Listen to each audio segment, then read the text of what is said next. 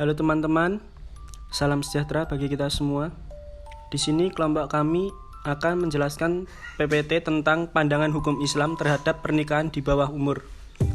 Kelompok kami beranggotakan yang pertama, Syakira Zata Amani, 2. Saya sendiri, Gregoris GB Albert, 3. Alwi Juniari Cesaria, 4. Salsabiran Nur Kusumah, 5. Rafalino Adrian.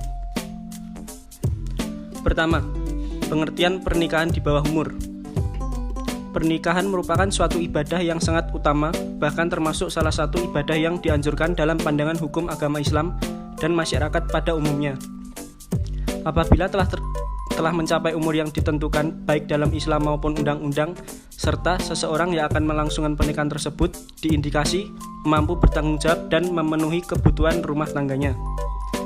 Namun, apabila salah satu dari kedua mempelai tersebut belum dewasa, istilah ini lebih dikenal dengan pernikahan di bawah umur, yaitu pernikahan pada usia di mana seseorang belum mencapai usia dewasa.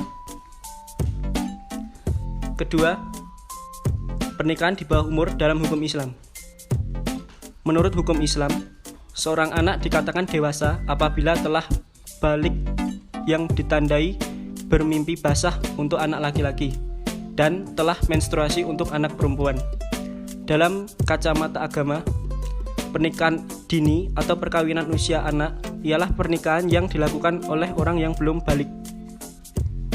Terkait batas usia perkawinan dalam komplikasi hukum Islam atau KHI, tidak memberikan mengenai batasan usia minimal maupun usia maksimal suatu perkawinan. Begitupun hasil Ijtima Ulama Komisi Fatwa se-Indonesia 3 tahun 2009 menyatakan bahwa dalam literatur fikih Islam tidak terdapat ketentuan secara eksplisit mengenai batasan usia pernikahan, baik batasan usia minimal maupun maksimal. Berdasarkan hal tersebut, Komisi Fatwa menetapkan beberapa ketentuan hukum. Yang pertama, Islam pada dasarnya tidak memberikan batasan usia minimal perkawinan secara definitif. 2. Pernikahan usia dini hukumnya sah sepanjang telah terpenuhi syarat dan rukun nikah, tetapi haram jika menimbulkan mudarat. 3. Guna merealisasikan kemaslahatan. Yang ketiga, pernikahan di bawah umur dalam perundang-undangan. Sebagaimana yang dijelaskan dalam UU Nomor 1 Tahun 1974 tentang pernikahan yang menjelaskan bahwa pernikahan merupakan suatu ikatan lahir maupun batin antara seorang laki-laki dengan perempuan sebagai suami istri yang sah dalam rangka untuk membentuk keluarga atau rumah tangga yang berbahagia dan kekal berdasarkan ketuhanan Yang Maha Esa. Mengenai batas usia minimal, seseorang dapat menikah telah ditetapkan dalam UU Nomor 1 Tahun 1974 Pasal 7 Ayat 1 yang berbunyi, perkawinan hanya diizinkan jika pihak pria sudah mencapai umur 19 tahun dan pihak wanita sudah mencapai umur 16 tahun. Pada pasal 2 menerangkan bahwa dalam hal penyimpangan terhadap ayat 1 ini dapat meminta dispensasi kepada pengadilan atau pejabat lain yang ditunjuk oleh kedua orang tua pihak pria maupun wanita. Jadi, dispensasi pernikahan itu merupakan keringanan atau kelonggaran yang diberikan bagi pasangan yang ingin melangsungkan pernikahan. Namun, salah satu cara calon mempelai belum mencapai umur sesuai yang telah diatur dalam Undang-Undang Nomor 1 Tahun 1974 Pasal 7 Ayat 1 tentang batas minimal umur boleh melangsungkan pernikahan. Dispensasi pernikahan tersebut diajukan oleh orang tua calon mempelai ke pengadilan agama tempat mereka tinggal. 4. Faktor yang melatar belakangi terjadinya pernikahan di bawah umur. Pertama, faktor lingkungan. Alasan lingkungan menjadi faktor utama terjadinya pernikahan di bawah umur disebabkan karena kurangnya pengawasan orang tua terhadap pergaulan anak sehingga kerap kali terjadinya hamil di luar nikah. Oleh karena itu, pernikahan di bawah umur dilakukan sebagai solusi untuk menutupi aib keluarga, orang tua maupun anak itu sendiri. 2. Faktor ekonomi. Alasan ekonomi atau kebutuhan ekonomi juga salah satu yang sangat mendesak dalam keluarga yang dirasakan oleh masyarakat tersebut. 3. Faktor pendidikan. Sebagaimana yang telah dijelaskan sebelumnya, bahwa di antara yang melakukan pernikahan di bawah umur atau di usia muda itu tidak melanjutkan sekolah sebab ekonomi, maka pendidikan juga menjadi salah satu faktor terjadinya pernikahan dini pada masyarakat. 4. Faktor orang tua. Selain faktor lingkungan ekonomi, pendidikan faktor orang tua juga menjadi salah satu yang menyebabkan pemuda untuk menikah.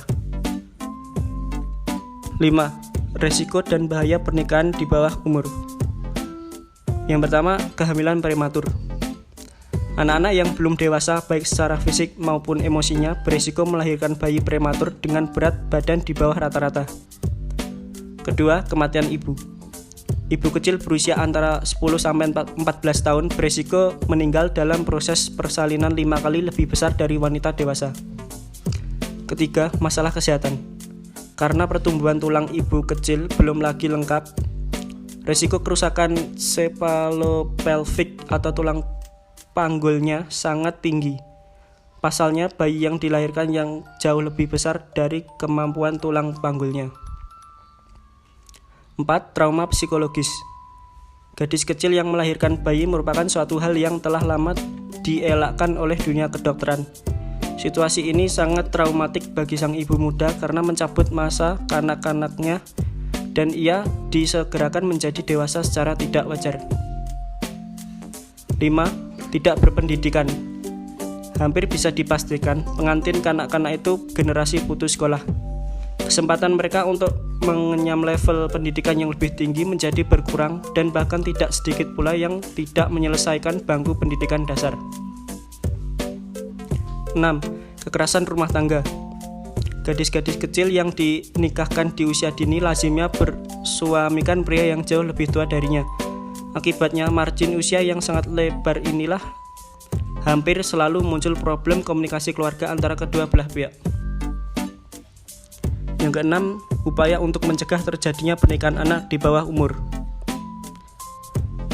Pertama, mensosialisasikan undang-undang terkait pernikahan anak di bawah umur beserta sanksi-sanksi bila melakukan pelanggaran dan menjelaskan resiko-resiko terburuk yang bisa terjadi akibat pernikahan anak di bawah umur kepada masyarakat. Kedua, meningkatkan intervensi perlindungan anak perempuan 15-17 tahun dengan fokus utama penyelesaian sekolah menengah. 3. Memberikan akses pendidikan tinggi kepada anak-anak guna menangani masalah kerentanan ekonomi. Sekian hasil diskusi dari kelompok kami. Apabila ada salah kata, saya ucapkan mohon maaf yang sebesar-besarnya. Terima kasih dan salam sejahtera bagi kita semua.